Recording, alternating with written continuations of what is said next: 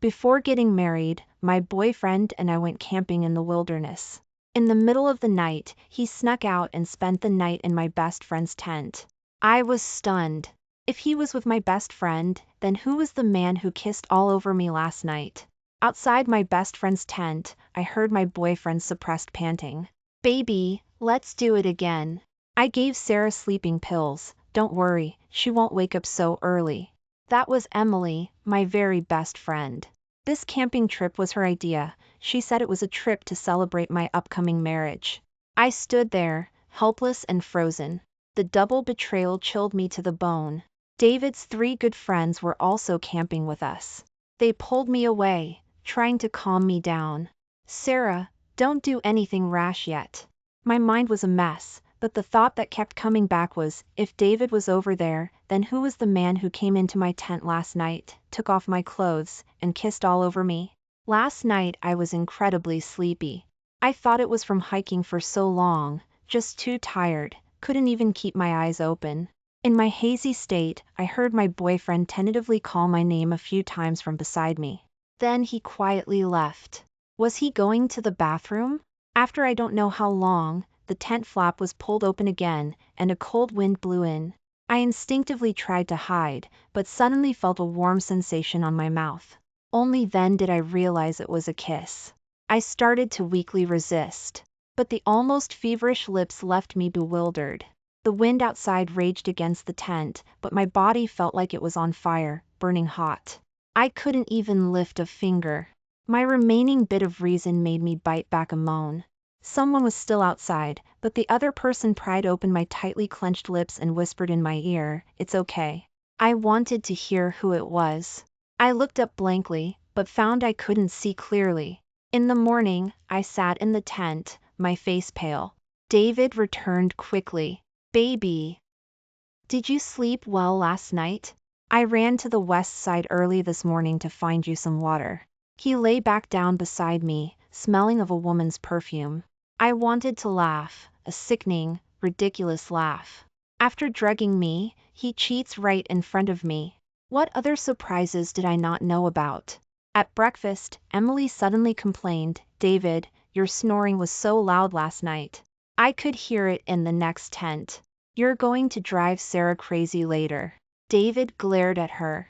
Emily, however, pouted and complained to me, "Sarah, look at how he talks. And he has the nerve to complain about me?" I just looked at them silently. Why had I never noticed before? David was usually gentle with outsiders, but different with Emily. They argued whenever they met. To ease the tension, I often said good things about each of them in front of the other. While eating canned food for breakfast, David naturally took Emily's can. I was so disgusted I was about to put down the can in my hand when the handsome young man sitting next to me reached out, naturally took it, and easily twisted it open. "How hard is that, Sarah? Right? Anyone can do it." Ethan. He was David's junior from college, a popular model. 6 feet 2 inches tall, he looked handsome when he smiled. The young man's fingers were long and strong, with clearly defined knuckles. But the moment he reached out, I saw it clearly, a bloody wound hidden on his wrist. My mind exploded. Last night, when the person in the tent was sleeping, I couldn't help but bite them. The man was in pain and didn't dare make a sound, but he indulgently stroked my hair. "Sarah, you're being so naughty?" At the time, his warm breath brushed against my burning cheek. I vaguely remembered biting his palm. Was it Ethan last night? This guy was a playboy. The first time we met was at David's rental apartment. Ethan wasn't famous then and was staying there. He liked walking past me after showering with just a towel wrapped around his waist, openly displaying his chest muscles. Once, when David and I were arguing, our classmates came to mediate, but only Ethan sent me a text message, "If you break up, consider me." I was so annoyed by this utterly pointless prank that I laughed and casually replied, "I'd consider anyone but you." He quickly sent back a string of laughing emojis. "Wrong person, Sarah. Sorry, you didn't actually take that seriously, did you?" I didn't take it seriously. Afterward, I even complained to David about it, but he told me not to worry about it. Ethan just likes to tease girls, he doesn't mean anything by it. Just ignore him. My gaze was fixed on Ethan. How could I find evidence to prove he was the one last night? Last night couldn't have been an accident, maybe it was premeditated. I absolutely couldn't let David or Emily get a handle on me. After breakfast, we were supposed to pack up camp and head to the next scenic spot. David pretended to be annoyed and complained to me, "I told you not to bring your best friend, she can't do anything." This time, I didn't even frown. After they walked away, I immediately grabbed some disinfectant and went over to Ethan. "Be good, give me your hand. You can't get the injury wet." When I reached for Ethan's hand, he turned his head away, his ears suspiciously red, but he didn't refuse me. I calmly rolled up his sleeve layer by layer. Ethan asked me what I planned to do. "The wedding invitations have been sent out, the venue is booked, the guests are invited, and you've been preparing for the wedding for so long. So, what do you think you should do?" I looked up and met Ethan's eyes. He chuckled softly, a hint of an indescribable pleasure in his eyes. "I think it would be a waste not to have it." "Don't let it go to waste." He preferred a woody cologne. When he lowered his head, his warm breath fell directly on my ear. "You could always just swap out the groom." Before he could finish his answer, a sharp shout broke the silence. "What are you doing?" It was David. He was furious. "Ethan, what are you doing so close to Sarah?" I didn't let go of Ethan's hand and continued to apply the medication. Ethan cooperative put his arm around my shoulder. "Yeah, Sarah saw you were busy with Emily, so she came over to check on me." "David, you're not getting jealous, are you?" David's face was livid. On the way, Emily feigned concern. "Sarah, I think since you're getting married, you should be careful about your distance from other men." I pretended to be surprised. "Well, doesn't David often help you out too? Last time you said your house was leaking, David went over in the middle of the night. If you want to talk about distance, you and David make me suspicious." Emily paused. "That's not the same thing." I smiled cheerfully. "Well, neither is this between Ethan and me. Let's go," I said. I didn't get into David's car. Instead, I turned and got into the SUV.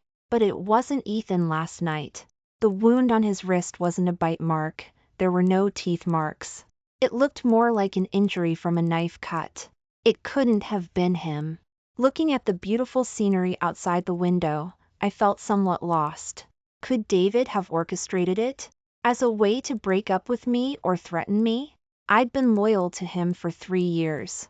He was an orphan with no family. I helped him start his business, lived in a cheap rental apartment with him. I hadn't slept well all night. As I leaned drowsily against the car window, my cheek rested against the other side. A sudden break jolted me awake. I opened my eyes and saw a pair of cold, clear eyes. Robert. My heart skipped a beat. The man wore black hiking gear. His face was chiseled, his gaze cold, making his already handsome face look even more distant. "We'll be there in half an hour." His reminder felt more like a warning. I instinctively apologized. Out of the 3 men, he was the first person I'd ruled out because he was completely disabled. His wheel chair was in the back of the car. Before the accident, Robert was the most brilliant person in any crowd.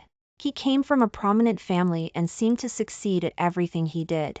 In his senior year, he successfully started his own business.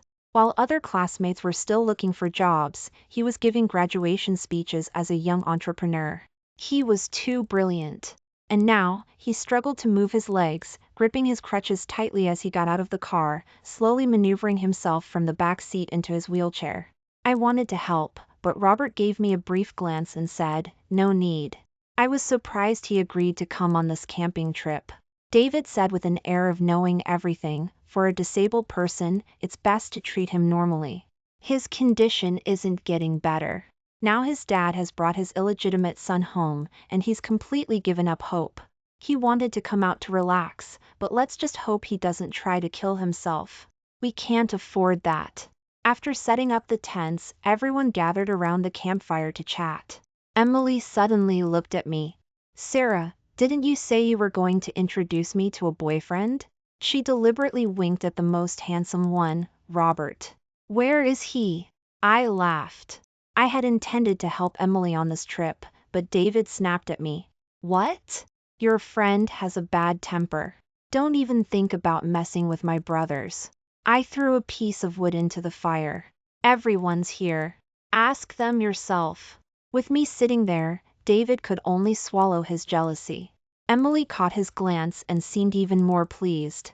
She directly asked Robert, "Tell us, what kind of girls do you three guys like?" She tilted her head, her eyes wide and innocent. I just didn't expect that Robert, who always seemed so aloof, would actually answer the question. He turned to me and asked, "What kind do you like?" The question itself was normal. The only thing abnormal was that Robert was asking me. The entire rope fell silent.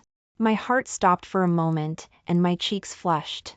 Robert's eyes remained cold and sharp, showing no emotion. He didn't seem to think his words were particularly suggestive. David couldn't stand it anymore. "Robert, you're asking Sarah. She's my fiancée. Of course, she likes someone like me." Everyone looked at me. I thought for a moment and chose to answer the question. I like honest men. Honest with others, honest with themselves, and honest with me. With that, I ignored David's sour face, stood up, and left. Just 3 minutes before, I had confirmed the third suspect. Ben. He was known as the class nice guy, always willing to help. Once, when I had a fever in the middle of the night, he carried me on his back through a snowstorm to the school clinic. I didn't want to suspect him, not until I sent him a text message. "I know what you did last night. You left something at my place." The moment he saw the message, he panicked. "Sarah, listen to me. It wasn't like that." Ben arrived at the meeting spot, out of breath. I pressed him, my voice calm and cold. "Did you drug me with sleeping pills and come to my tent in the middle of the night? I'll hand over the evidence and sue you for rape." I was purely bluffing. I took the opportunity to swipe the pendant on his jacket. I didn't expect Ben to instantly panic. He pleaded desperately, saying Emily had forced him to do it. "We're at the same workplace. My dad's business ran into problems, and he needed money urgently, so I embezzled company funds. Emily found out. She said she'd report me. She told me to drug you and just take some photos to make David misunderstand you and break up. But I really had no choice." Ben was sweating profusely. "Besides, someone saw me when I went in. I didn't get any photos at all. If you don't believe me, ask Robert." My blood ran cold from head to toe. How could it be him? Ben said he had video proof. The camera initially shook nervously. As he hesitated, ting the tent flap, someone suddenly appeared behind him. "What are you doing?" Ben jumped in fright. "I was drunk and went to the wrong tent," he stammered. "You didn't drink a drop tonight. How could you be drunk?" Robert exposed him mercilessly. "Or were you trying to do something to Sarah?" Ben fled in a panic, guilt written all over him. The last person who appeared at my tent was Robert. Impossible. Not with his legs. The man last night had no problem with his legs at all. Was he faking his disability? After Robert's accident, I visited him in the hospital. His stepmother was there, demanding he step down from the board, and she even pulled my classmates aside, asking us to persuade him. I had seen Robert during his physical therapy. It was a hot summer day, and his hospital gown was soaked with sweat, clinging to his back. He was pulling on a rehab rope with all his might, the muscles in his face strained to the point of twitching. Late that night, I knocked on Robert's RV door. He was showering. He awkwardly reached out his hand. "Sarah, I forgot my clothes. Could you help me out?" As I handed them to him, warm steam wafted out. I clearly saw his defined abdominal muscles as he turned sideways. I was slightly flustered, not daring to look further. I cursed myself inwardly. Once he came out, I could only continue to pretend not to notice. "Robert, don't you need your legs massaged? Need any help?" I didn't expect him to say yes. With his proud personality, he would surely refuse. But Robert nodded. That would be great, thank you. I pretended to casually run my fingers over his lower leg. Robert looked down at me, his hair fluffy and disheveled, unlike his usual unattainable demeanor, which only made me more uncomfortable. I tentatively touched the inside of his calf, carefully feeling the muscles beneath my palm. There was no reaction at all. I was completely confused. Robert watched me silently and said softly, "Sarah, I hope I didn't SCA. You." His legs were well maintained, without obvious atrophy, but there was a difference compared to a normal person's. Ben had said Emily gave me an aphrodisiac. Under the combined effect of the sleeping pills and the aphrodisiac, I might have had severe hallucinations. After all, there were no bite marks on me, and my clothes were perfectly intact. Could it have all been a dream? Lost in thought, my cheek felt warm. Robert reached out and wiped a drop of water from my face. The dim light illuminated his sharp profile, suggesting a hidden intensity. I asked Robert, "Why did you agree to come this time? And why did you ask me what kind of person I liked?" But his fingertip was still on my cheek. "Because it was important to me. Your answer was important to me." Just then, a heated argument broke out outside the RV. "How much longer do I have to put up with this? Tell me, how much longer?" Robert and I exchanged a look. His RV was parked on a slope, hidden by dense trees.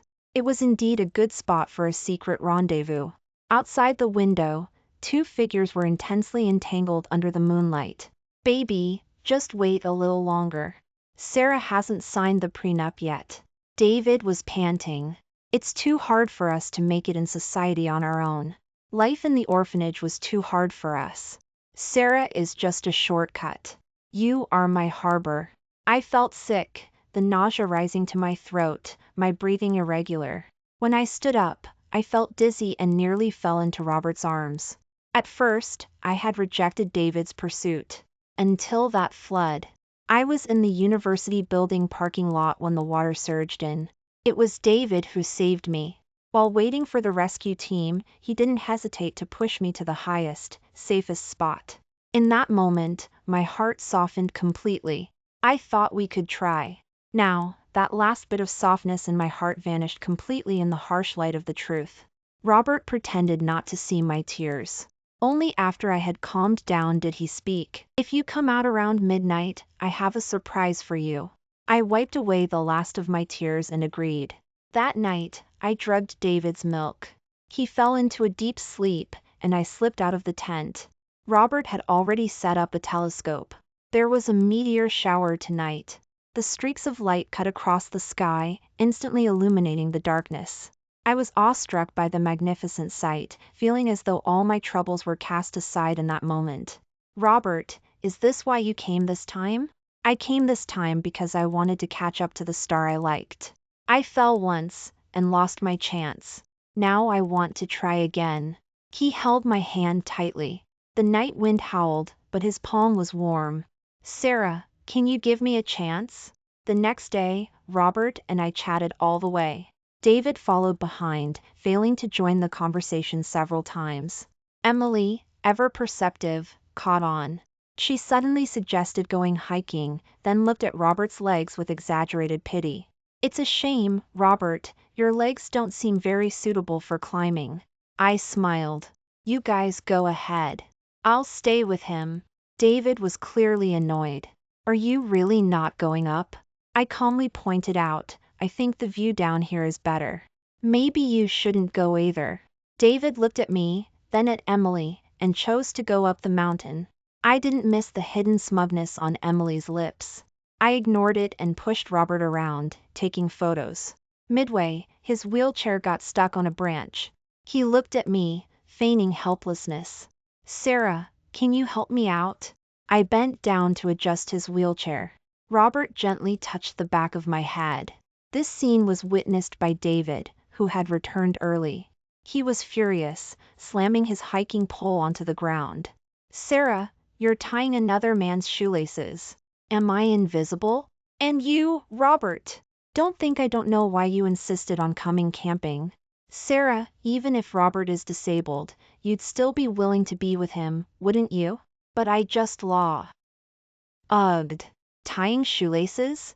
What about it? I'm willing to. Didn't you tie Emily's too?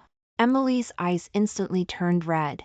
Sarah, how can you say that about me? If you mind, I can leave. I get it. You're jealous of Emily. I already told you she's clumsy and has no wilderness experience, that's why I helped her. I only helped her because she's your best friend. Does she need you to lie in bed and take care of her? With that, I walked away, throwing my already packed luggage into the car. This farce had to end. David rushed forward and grabbed my arm. Sarah, explain what you mean. I shoved him away forcefully. Emily and I have known each other for a long time. She's just like a sister I met at the orphanage. After she was adopted, she didn't want people to know she came from the orphanage, that's why we didn't tell you. You're supposed to be best friends. Can't you even understand that little bit? David lowered his tone, claiming he was willing to tolerate my little insecurities. If you don't like it, just keep your distance from him, okay? I was utterly disgusted. Robert reminded me it was time to go. David stared at us, a look of sudden realization on his face. Sarah, you're breaking up with me for him, aren't you? He's disabled and came camping. You knew what he wanted to do all along, right? He frantically threw all my luggage out of the car, his usually gentle face contorted in rage. Did you sleep together? Can he satisfy you like that? Even now, he was desperately trying to find excuses and frame others to rationalize his own mistakes. He never reflected on what he had done, even making grand pronouncements. Sarah, you wait. I won't let you get away with this. David called Ethan and Ben over. There was nothing I could do if he insisted on seeing the worst in Emily and me. She wants to be with Robert, right? Fine. Let's see how a cripple takes her back. What are you laughing at? Coming back to himself, he realized his friends had strange expressions, as if watching a clown.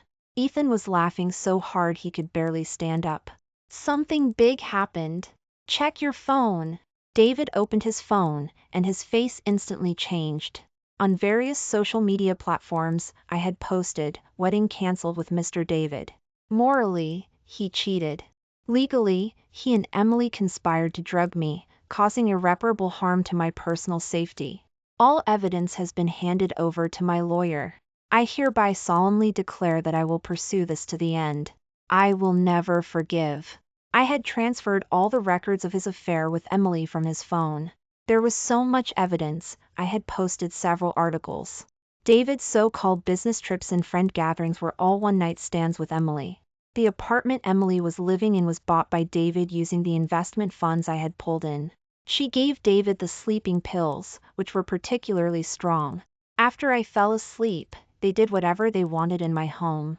Emily had been recommending insurance policies to me for the past 2 years, all with huge accident payouts. If anything happened to me, the biggest beneficiary would be David. I endured, not exposing them, silently collecting evidence, just for this moment. I wanted their conspiracy exposed. David stood there, stunned, his face ashen. He seemed about to explain. At this point, the others wanted to leave with me. But as we were about to set off, we discovered all the car tires had been slashed. David looked panicked and ran out. Wait!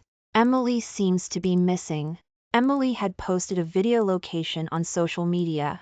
It was at the edge of a cliff by the forest overlooking the sea. The mountain wind howled. As she walked step by step towards the cliff edge, her long hair whipped around, and she cried mournfully. I never had parents since I was little. My only hope at the orphanage was David. When I didn't have enough to eat, he shared his food with me. David, I just want you to be happy. If I disappear, will you be happier? David's eyes turned red hearing this, and he was frantic, wanting to go into the mountain to find her. Robert looked at the sky. There's a yellow alert tonight. It's going to rain. Landslides are likely in the mountains. Let's call the police. Mountain search requires professionals. David was exasperated. Now is no time to wait for a rescue team. Robert and I discussed. Why would someone who wants to commit suicide slash other people's tires? We exchanged glances. You think they staged it? Can't rule it out. But it's still a human life. Ethan and Ben could only go into the mountain to search. I specifically told them, your own safety is most important. You have to come back by dark. But night fell, and no one returned. The later it got, the stronger the wind became. The tents were being blown askew. I grabbed a flashlight to reinforce them, but saw a figure dart out nearby. It was Emily. How could it be her? The next moment, I realized what was happening. It was a diversion. Emily hadn't gone into the mountain at all. She faked the location. Emily lunged at me. Before I could react, she stabbed me with a knife. The tip sliced through my clothes unexpectedly, plunging deep into my ribs. A pain I had never felt before shot through my body. I lost my strength and fell backward, blood soaking my clothes. She was insane, smashing my head with the flashlight. Her face was twisted by extreme rage. I was the one who suffered and went hungry with him all the way in the orphanage. I was the one who stayed with him through the lowest point of his life. Why do you get to be with him? He kept promising me he'd be with me after transferring your family's assets. But I know him too well. We grew up together. He's probably lying to me. So I can only make you disappear first. Emily dragged me towards the cliff edge. The night wind howled. In the struggle, the flashlight fell over the cliff, instantly swallowed by the darkness. My body was Alf hanging over the edge. One wrong move, and I would fall into the abyss. Emily looked down at my struggle for survival and laughed. People die during camping trips every year. And with the wind so strong tonight, it's perfectly normal for something to happen to you. Sarah, you've always been so lucky. I gave you a strong aphrodisiac. After all, just photos are too bland. It would be better with a video. Aren't you usually so arrogant? Once the video is spread all over the internet, you won't have this luck anymore. I closed my eyes in despair. Just as Emily was about to kick me off the cliff, a figure lunged through the rain. Emily, caught off guard, fell backward and lay still after a few struggles. It was Robert. He stumbled with every step, struggling to reach the cliff edge. He used his belt to tie one hand securely to a tree trunk by the cliff and reached out to me with all his might. Quick, grab my hand! The heavy rain lashed down, making it impossible to open my eyes, especially with the pain in my ribs making my vision blur. No, you can't pull me up. You'll be pulled down with me. I cried out. No, Sarah, trust me this time. In that moment, I remembered Robert's persistence during his rehabilitation training drenched in sweat, the bloody marks on his palms, the strained muscles. He was a man who refused to be defeated. Several beams of light cut through the rain. The rescue team had arrived. They had also picked up David and the other two on the way. In the ambulance, I was semi-conscious. Robert, you can walk. I had surgery on my leg 2 months ago. The situation is good. There's a chance of recovery. Of course, it's still difficult to stand up. Robert held my hand, trembling slightly. To be self-sufficient, I do a lot of training every day. That's why my arm strength is very strong. Sarah, the moment I grabbed you, I suddenly felt that all the suffering I went through was worth it. While I was in the hospital, Emily was arrested. With solid evidence, she was facing 5.5 years in prison. Before the trial, David waited outside my building, looking distraught. He begged me to drop the lawsuit. Emily was just having a moment. She lost her job, and her family has disowned her. If she goes to prison, her life will be over. She's already been punished. She knows she was wrong. Forgive her. The police found other tools of crime in her bag. Her video was prepared days ago. Slashed tires, faking the location to lure you into the mountain, and then killing silently. Don't worry, you won't get away with her going to jail either. You embezzled company funds for Emily over the past few years. I will have my lawyer contact you. Sarah, you weren't this heartless before. That's because my tolerance is only for those who respect me in return. I forcefully shook off his hand and turned to leave without looking back. Today, I agreed to accompany Robert to the hospital. I excitedly answered the phone. David suddenly asked, "Are you two together?" I didn't reply, just turned and walked away. In the sunlight, David watched me go, his shadow stretching long. Robert's leg was recovering quickly. From being able to stand for only a few minutes initially, he could now walk slowly in the hospital, holding my hand. He looked at me with a half smile. "It's been a full 20 minutes now." Robert opened his arms to me. "Then I need a reward." He was tall, so I had to stand on tiptoe. As we kissed, I suddenly remembered that night after chasing Ben away, when Robert came to check on me. The drug had taken effect. I couldn't hear what the man in front of me was saying at all. I just felt hot all over, and his skin was an irresistible temptation. I pressed against him, kissed him, wanting to possess him. Robert's throat bobbed, his breathing rough. He pushed me away, restraining himself. "Sarah, look. It's me." But I couldn't hear. He had to wrap me in a blanket. I struggled inside until I was drenched in sweat. "It's okay now." I bit his arm, feeling wronged.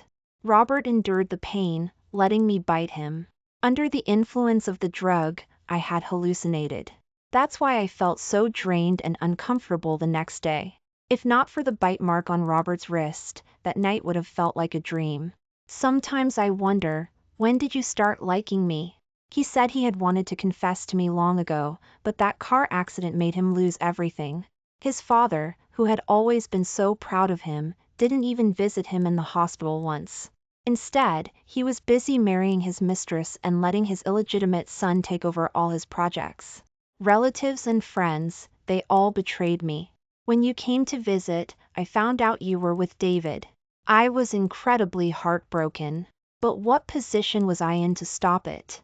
Later, when he saw the news of my engagement, he agreed to undergo a high-risk surgery. What if it failed? He turned his head and kissed my cheek. Luckily, I waited for my own happiness. Dear friends, the full story is complete. Remember to like and subscribe.